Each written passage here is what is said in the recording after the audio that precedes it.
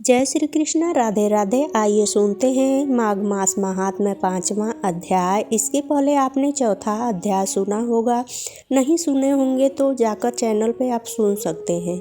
इतनी कथा कहकर थोड़ी देर शांत रहने के बाद वशिष्ठ जी ने कहा, हे राजन, भगवान दत्तात्रेय से कारवर्तीय ने माघ महात्म्य सुनने के लिए जो प्रयत्न किए थे उनको मैं अब तुम्हें सुनाता हूँ। उन दिनों भगवान दत्तात्रेय जी शव पर्वत पर निवास कर रहे थे। तब महिषामती के राजा कार्तवीर्य ने जाकर उनसे निवेदन किया, हे देवेश, मैंने समस्त धर्म श्रवण किए हैं, अब आप माघ स्नान के फल का वर्णन करें। दत्तात्रेय जी बोले, हे राजन, मैं तुम्हें वह इतिहास बताता हूँ जो ब्रह्मा जी ने नारद जी को सुनाया था।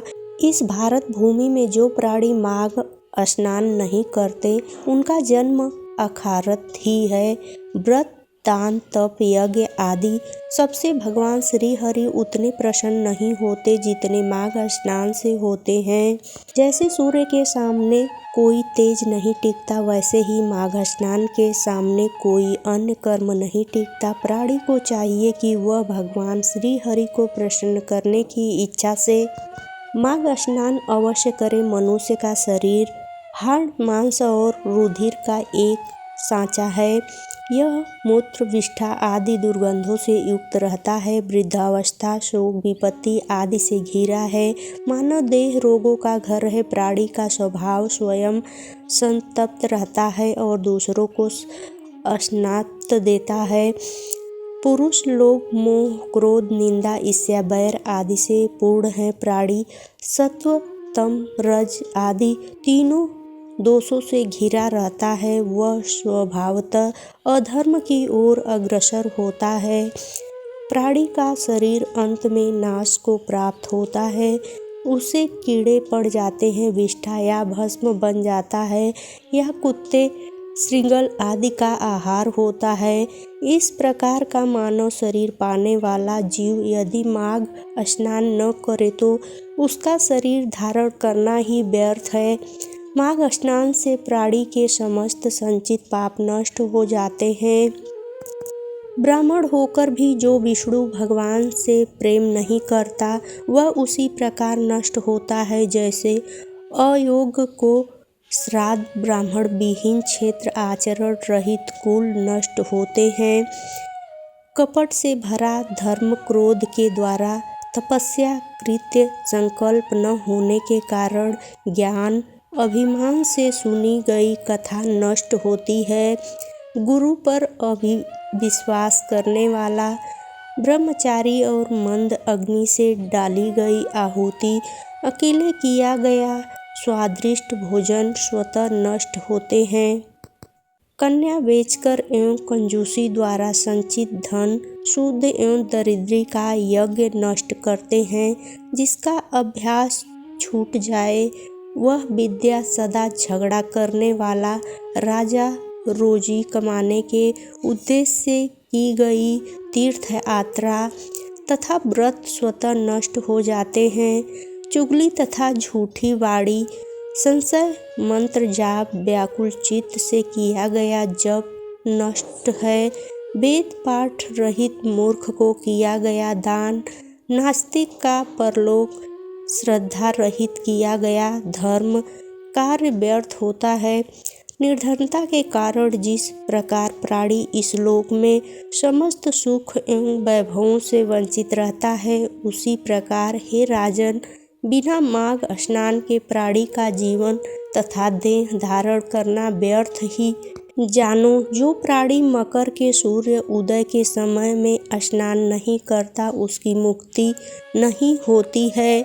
आप रोज नहीं तो कम से कम माघ मास में 3 दिन स्नान जरूर करें, उसके पाप नष्ट नहीं हो सकते। गौ और ब्राह्मण की हत्या करने वाला, स्वर्ण का हरण करने वाला, मदिरा पीने वाला, गुरु की भार्या से संभोग करने वाला, पर स्त्रीगामी आदि 5 प्रकार के महान पापी तक माघ स्नान के द्वारा मुक्ति पा जाते हैं। उनके हे महापाप स्वतः नष्ट होते हैं। माघ स्नान के समय जल में उतरते समय प्राणी के पाप कम पायमान हो जाते हैं। जल कहता है, मैं समस्त पापों को नष्ट कर दूंगा। जब प्राणी माघ स्नान कर लेता है तो उसके पाप नष्ट हो जाते हैं। समस्त पाप नष्ट हो जाने के कारण वह निर्मल हो जाता है। माघ स्नान प्राणी के पापों को इस प्रकार जला देता है जैसे अग्नि ईंट को जला डालती है। हे राजन, ज्ञान, अज्ञान और प्रमोद से किए गए सभी पाप उसी तरह नष्ट हो जाते हैं जैसे सूर्य के प्रकाश से अंधकार। माघ मास स्नान श्रेष्ठ फल देने वाला है। जिस प्रकार विष्णु भक्ति में सभी प्राणियों का अधिकार समान है, उसी प्रकार माघ स्नान के लिए भी सभी अधिकार हैं। इसी कारण इसे श्रेष्ठ पापनाशक, उत्तम मंत्र और परम तप कहा जाता है। प्राणी को पूर्व जन्मों के अभ्यास द्वारा ही माघ स्नान की बुद्धि उपजती है। जिस तरह अनेकों जन्म के अभ्यास द्वारा आध्यात्मिक ज्ञान प्राप्त होता है, ज्ञान से बुद्धि उपजती है। माघ स्नान की महिमा अक्षय है। यह पवित्र जनों को भी पवित्र करता है। जो प्राणी इस स्नान को नहीं करते वे सुख संपदा से वंचित रहते हैं। उनको संसार के सुख प्राप्त नहीं होते। हे राजन, इस परम प्रभावशाली माघ स्नान की प्राचीन कथा सुनो। कांचिका नाम की एक ब्राह्मणी भृगु वंश में हुई। वह बाल विधवा हो गई। तब उसने कठोर तप किया। विंध्याचल पर्वत पर रेवा और कपिल के संगम स्थान पर भगवान श्री हरि की आराधना का व्रत धारण करके वहाँ बैठ गई। उसने अपनी समस्त इंद्रियों को जीत लिया, क्रोध को नष्ट कर, और वह एकांकी रहकर अल्पभाषणी हुई। उसने तपस्याओं के द्वारा शरीर को सुखाना आरंभ कर दिया। देवताओं को प्रसन्न करने के लिए यज्ञ किए, ब्राह्मण को यथाशक्ति दान दिया। वह आहार हेतु खेतों में से अन्न चुनती और समस्त व्रतों को नियम पूर्वक धारण करती थी। नर्मदा के पावन तट पर वह पुण्य मास बिताती थी। उस सुशील तपस्विनी ने बड़े धैर्य और संतोष के साथ माघ स्नान किए। हे राजन, काल चक्र के प्रभाव में पड़कर उस ब्राह्मणी ने उसी तीर्थ स्थान पर अपनी तापस देह त्याग दी। मृत्यु के उपरांत माघ स्नान के प्रभाव से वह भगवान श्री हरि के वैकुंठ धाम को गई। वहाँ 4000 वर्ष तक सुख भोगती रही। उसके बाद ब्राह्मण जी ने सुंद और उपसुंद नामक महाबली दैत्यों का नाश करने के लिए उस ब्राह्मणी को त्रिलोकतमा के रूप में पुनः अवतरित किया। अपने पूर्व पुण्यों के प्रभावों से ही वह परम रूपवती हुई। वह समस्त ब्राह्मणों में परम सुंदरी थी। उसे देखकर देवता तक मोहित हो गए थे। वह समस्त अप्सराओं में श्रेष्ठ थी। उसके सृजन सारे भगवान ब्रह्मा जी भी उसके रूप को देखकर आश्चर्यचकित रह गए। उन्होंने प्रसन्न होकर उसे आज्ञा दी, हे भृगुलोचने, शीघ्र ही इन दोनों महापराक्रमी दैत्यों का जाकर संहार करो। प्रभु की आज्ञा मानकर वह हाथ में वीणा धारण किए ब्रह्मलोक में पुष्कर क्षेत्र में पहुंची। उसने रेवा के जल में स्नान किया, चमकीले लाल वस्त्र धारण किए, करधनी और नूपुरों की मोहक आवाज करती हुई चली। उसने गले में मोतियों की माला और कानों में लटकने वाले कुंडल पहने, ताधवी के फूल चोटी में गूथे। अशोक वृक्ष के नीचे बैठकर उसने बीड़ा बजाकर मधुर लय में गाना शुरू किया। इस परम सुंदरी को जब नितांत अकेली मधुर स्वर में गाता उस दैत्यों के सेवकों ने देखा तो अपने स्वामियों को जाकर सूचना दी। दूतों ने प्रसन्न हो सुंद और उपसुंद से कहा, हे दैत्यराजो, यही पास अशोक वन में एक परम सुंदरी नितांत अकेली बैठी वीणा पर गा रही है। उसका स्वरूप बहुत ही मनोहर है। मालूम नहीं कि वह देवी मानवी है या अथवा दानवी है। कहा नहीं जा सकता कि वह अप्सरा है या राक्षसी है। यह नितांत सत्य है कि वह स्त्री रत्न है। आप दोनों ही स्त्री रत्नों के परखी हो, इसलिए चलकर उन मनोहर रूप धारिणी स्त्री को अवश्य देखो। दूतों के उन वचनों को सुनकर वे दोनों कामुक दैत्य तुरंत उठ बैठे। उन्होंने मदपात्र वहीं छोड़ दिए।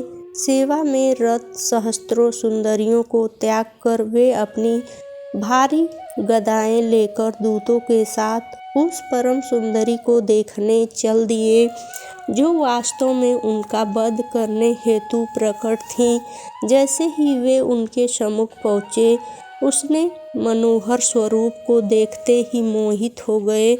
उसके रूप, सौंदर्य, श्रृंगार और कटाक्ष ने उन दोनों के हृदय में कामाग्नि भड़का दी। वे दोनों मस्त हाथी की तरह उसके सामने जाकर खड़े हो गए। दोनों ही मद पिए थे और दोनों ही उन स्त्री के ऊपर आसक्त थे।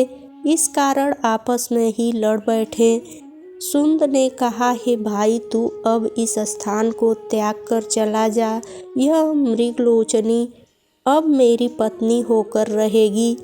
उपसुंद बोला, नहीं, ऐसा नहीं हो सकता। इसे तो मैं अपनी पत्नी बनाऊंगा। उसके लिए वे दोनों आपस में लड़ने लगे। दोनों अपनी गदाओं से एक दूसरे पर प्रहार करने लगे। काल की गति से वे दोनों पराक्रमी दैत्य आपस में द्वंद्व करते हुए मारे गए दैत्यों को मरा जान उसके साथ ही भागने लगे और देवता प्रसन्न हो जय जयकार करने लगे और अपना कार्य पूर्ण हुआ देख त्रिलोकतमा सभी दिशाओं को अपने दिव्य प्रकाश से आलोकित करती हुई सीधी ब्रह्मलोक को चली गई। हे राजन, त्रिलोकतमा को सकुशल आया देखकर ब्रह्मा जी ने संतुष्ट होकर वरदान देते हुए कहा, हे चंद्रवर्धिनी, मैंने तुमको सूर्य के रथ पर स्थान दिया। जब तक आकाश में सूर्य हैं तब तक तुम नाना प्रकार के भोगों को भोगो। इस प्रकार वह ब्रह्माणी आज तक सूर्य लोक में दिव्य भोग प्राप्त करती हुई माघ स्नान का फल प्राप्त कर रही हैं। हे राजन, यदि प्राणी परम गति और दिव्य भोगों की इच्छा करता है तो उसे मकर संक्रांति में स्नान करना चाहिए।